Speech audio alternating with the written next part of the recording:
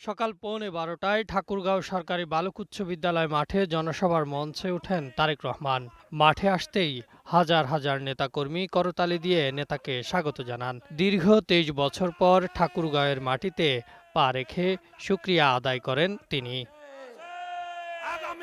সব ধর্মের মানুষ নিয়ে শান্তিতে বসবাস করছি, আগামী হাজার বছর তাদের নিয়ে একসাথে থাকতে চান তারেক রহমান। বলেন, বিএনপি নির্বাচিত হলে দ্রুত ঠাকুরগাঁও বিমানবন্দর চালু করা হবে। এছাড়া তরুণদের বিভিন্ন বিষয়ে প্রশিক্ষণের মধ্য দিয়ে দক্ষ শ্রমিক হিসেবে তৈরি করা হবে। এই দেশে হাজার বছর ধরে প্রত্যেকটি ধর্মের মানুষ আমরা শান্তিতে বসবাস করেছি। আগামী হাজার বছরেও আমরা চাই প্রত্যেকটি ধর্মের মানুষ শান্তিতে এই দেশে বসবাস করবে। যে যার যোগ্যতার ভিত্তিতে, যে যার মেধার ভিত্তিতে সামনের দিকে এগিয়ে যাবে। প্রত্যেককে বিচার করা হবে তার যোগ্যতা, তার মেধার ভিত্তিতে। ধর্ম দিয়ে কোনো বিচার করা হবে না তাকে।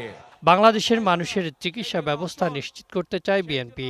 ঠাকুরগাঁওয়ের মানুষের জন্য মেডিকেল কলেজ, বিশ্ববিদ্যালয়, ক্যাডেট কলেজ বাস্তবায়নের প্রতিশ্রুতি দেন বিএনপির চেয়ারম্যান। এই এলাকার মানুষ যাতে আরো ভালো চিকিৎসা পায়, সেই জন্য মেডিকেল কলেজের যে দাবিটি আছে ইনশাআল্লাহ সেটিও আমরা বাস্তবায়ন করব। এই এলাকার মানুষ যাতে উচ্চ শিক্ষায় শিক্ষিত হতে পারে এবং নিজেকে গড়ে তুলতে পারে, তার জন্য পাবলিক ইউনিভার্সিটির একটি বিষয় আছে, সেই বিষয়টিকে ইনশাআল্লাহ আমরা দেখব। অন্য রাজনৈতিক দলের বিরুদ্ধে কথা না বলে জনগণের জন্য কি করবেন তা তুলে ধরেন বিএনপির চেয়ারম্যান। আমরা আন্দোলন করেছি, আমরা ৭১ সালে যুদ্ধ করেছি, আমরা এই দেশকে স্বাধীন করেছি। ২০২৪ সালে আমরা ছাত্র জনতার অভ্যুত্থান দিয়ে এই দেশের স্বাধীনতা রক্ষা করেছি। এখন আমাদেরকে দেশকে গঠন করতে হবে, এখন আমাদের এই দেশকে তৈরি করতে হবে।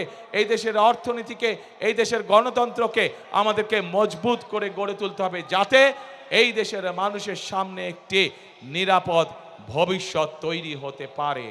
জনগণের সহযোগিতা ছাড়া এই কাজগুলো করা সম্ভব নয়। তাই ঠাকুরগাঁও, নীলফামারী, দিনাজপুরের মানুষের কাছে ভোট চান তারেক রহমান। বলেন, আগামী 12 তারিখ পর্যন্ত ধানের শীষের প্রার্থীদের দেখে রাখতে। 13 তারিখের পর 24 ঘন্টা তারাই এই অঞ্চলের মানুষকে দেখে রাখবেন। আমরা দলের পক্ষ থেকে ধানের শীষকে তুলে দিয়েছি। এই প্রত্যেকটি মানুষকে আপনারা 12 তারিখ পর্যন্ত দেখে রাখবেন। 12 তারিখে এরা নির্বাচিত হলে পরে তাদের দায়িত্ব হবে 24 ঘন্টা আপনাদেরকে দেখে রাখা। Ahsan Habib, green news, Dhaka. মানুষ